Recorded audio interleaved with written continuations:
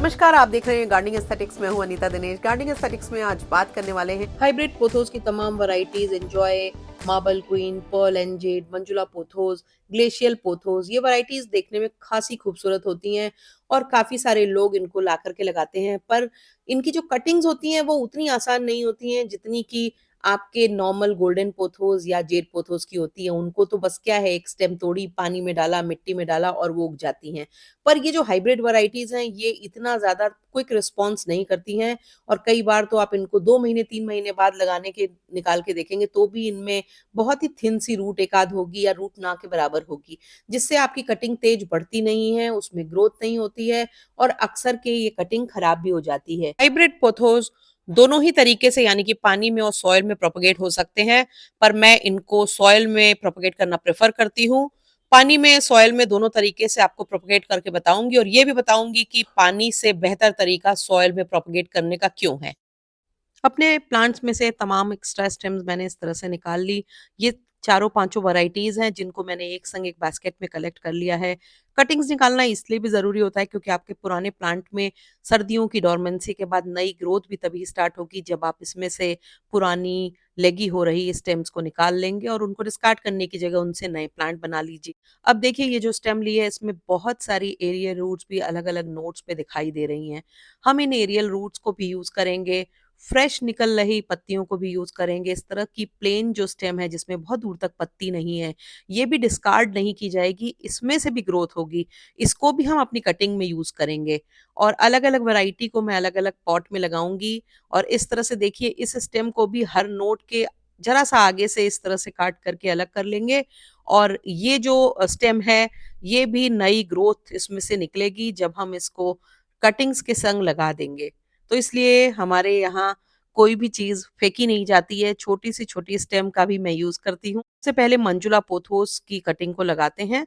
Manjula pothos की जो पत्तियाँ होती हैं वो थोड़ी ज़्यादा बड़ी होती हैं, इसलिए इसकी जब हम कटिंग लगाएंगे तो एक पॉट में थोड़ी ही लगाएंगे और इसको जब मैं कट करूंगी तो इसी तरह से जहां से रूट निकली है कोशिश करूंगी कि हर हिस्से में एक वो नोड आ जाए जिसमें रूट है। एरियल रूट के साथ कटिंग को निकालने का फायदा ये होगा क्योंकि ये प्लांट में रूटिंग बहुत स्लो होती है, तो अगर एरियल रूट पहले से एक आध मौजूद होंगी उससे फिर क्या होगा कि आपकी जो कटिंग है वो शॉक में नहीं जाएगी। सॉयल का कॉम्बिनेशन क्या रख रही हूँ, उसका प्रपोर्शन मैं जो यूज करती हूँ वो स्क्रीन पर आपको दिखाई दे रहा है। थोड़ा सा 5% के करीब एक्टिवेटेड वुड चार यूज करती हूँ क्योंकि उससे रूटिंग में हेल्प होती है और ये आप या तो अमेजोन से मंगा सकते हैं और थोड़ी सी क्वांटिटी में चाहिए तो आप अपने प्रेस वाले भैया से भी रिक्वेस्ट कर सकते हैं। पर बेहतरीन रिजल्ट के लिए अच्छा केमिकल रूट हार्मोन फायदेमंद रहेगा क्योंकि इन प्लांट्स में स्लो ग्रोथ होती है, इसलिए इनकी रूटिंग भी काफी स्लो होती है और लंबे समय तक मिट्टी में पड़े रहने से कटिंग के टिप्स में फंगस लग जाती है जिससे आपकी कटिंग ग्रो नहीं होती है। तो इस तरह से पाउडर फॉर्म में ना यूज करके हम रूट हार्मोन को मैं एक जेल की तरह बना करके यूज कर रही हूँ।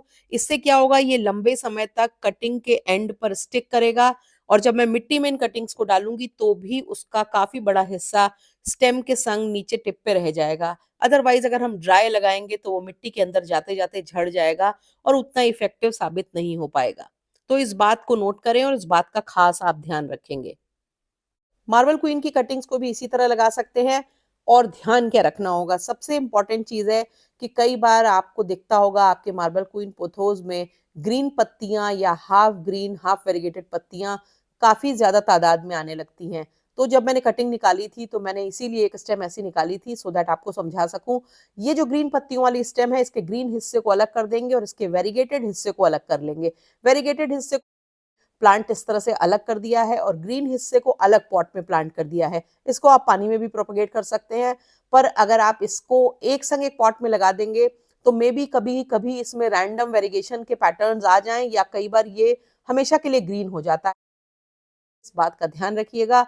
इसके अलावा जेड और पर्ल पोथोस जो होता है और एंजॉय पोथोस होता है, इनकी पत्तियां छोटी छोटी होती हैं, इसलिए आप इनको बहुत छोटे छोटे पॉट्स में भी लगा सकते हैं और जब ये पॉट बहुत जल्दी से फुलर होकर के तैयार हो जाए तो आप इनको अपने इंडोर में डेकोर के लिए यूज कर सकते हैं और कुछ दिनों बाद आप इनको रिप्लेस करते रहिए क्योंकि इनको अगर सन मिलता रहेगा तो इनके वेरिगेशन के पैटर्न बने रहेंगे इतनी ही खूबसूरती के साथ। अब लगा देने के बाद क्या ध्यान रखना है। मैंने भी आपसे बात करते करते 15-20 पोथोस की अलग अलग वेराइटीज की कटिंग बना ली है। अब इनमें आपने जब देखा होगा कि मैंने जो मिट्टी यूज की थी वो ऑलरेडी मॉइस्ट थी, तो इसलिए बहुत ज्यादा पानी भर के नहीं डाल देना है, बिल्कुल वैसा नहीं जैसा आप वीडियोस में देखते हैं कि प्लांट लगाया और जी भर के पानी भर दिया, बिल्कुल भी नहीं ऐसा करना है। पानी को आपको स्प्रिंकल कर देना है बस, सो दैट कि कटिंग्स को नमी तो मिल जाए पर उनको रूट जो है वो उनका रूट वाला हिस्सा, नीचे वाला हिस्सा बहुत ज्यादा पानी में ना डिप हो, अदरवाइज कटिंग की टिप्स पे फंगस लग जाएगा और वो रॉट हो जाएंगी, खराब हो जाएगी, आपकी कटिंग ग्रो नहीं होंगी। इसलिए पानी का ध्यान रखना है। दूसरी बात, लगाने के बाद इनको एक अच्छे सनलाइट वाले एरिया में रखिए, क्योंकि अभी जो धूप है वो इतनी तेज नहीं है कि इनकी पत्तियों को जला दे। जैसे जैसे धूप बढ़ने लगे और इनकी ग्रोथ पकड़ने लगे तो आप इनको कहीं पर भी चाहे रख सकते हैं, चाहे आप अपने इंडोर्स में रखिए, बैल्कनीज में रखिए, हैंगिंग में ट्रांसप्लांट कर लीजिए या पॉट्स में रखिए। इन तमाम हाइब्रिड पोथोस को मैं पानी में प्रोपगेट नहीं करती हूँ, क्योंकि नॉर्मली हम पानी में जो प्रोपगेट करते हैं प्लांट उनको अंदर रखते हैं, और इन पोथोस को हम इनके खूबसूरत वेरिगेशन की वजह से लगाते हैं। और जब आप अंदर अपनी कटिंग्स को प्रोपगेट करने लगते हैं तो उनकी पत्तियां ज्यादातर ग्रीन होने लगती हैं, बहुत ही हल्का सा, बहुत ही थिन सा वेरिगेशन उनके ऊपर दिखाई देता है। पर फिर भी 10 दिन पहले मैंने इस बॉटल में ये कटिंग डाली थी मार्बल क्वीन की, और देखिए इसमें रूट आने लगी है। और एक चीज आप नोटिस करेंगे कि जो पत्तियां हैं वो नई जो निकली हैं वो हरी निकलने लगी हैं, या पत्तियां थोड़ी ज्यादा ग्रीन हो गई हैं। तो इसलिए हाइब्रिड पोथोस के लिए सॉयल में उनको प्रोपगेट करना बेहतर विकल्प है, क्योंकि इससे पत्तियों का वेरिगेशन मेंटेन रहता है। और हाँ, जब आप वाटर में प्रोपगेट करेंगे और नई कटिंग्स लगाएंगे तो पानी को तब जल्दी जल्दी नहीं बदलेंगे।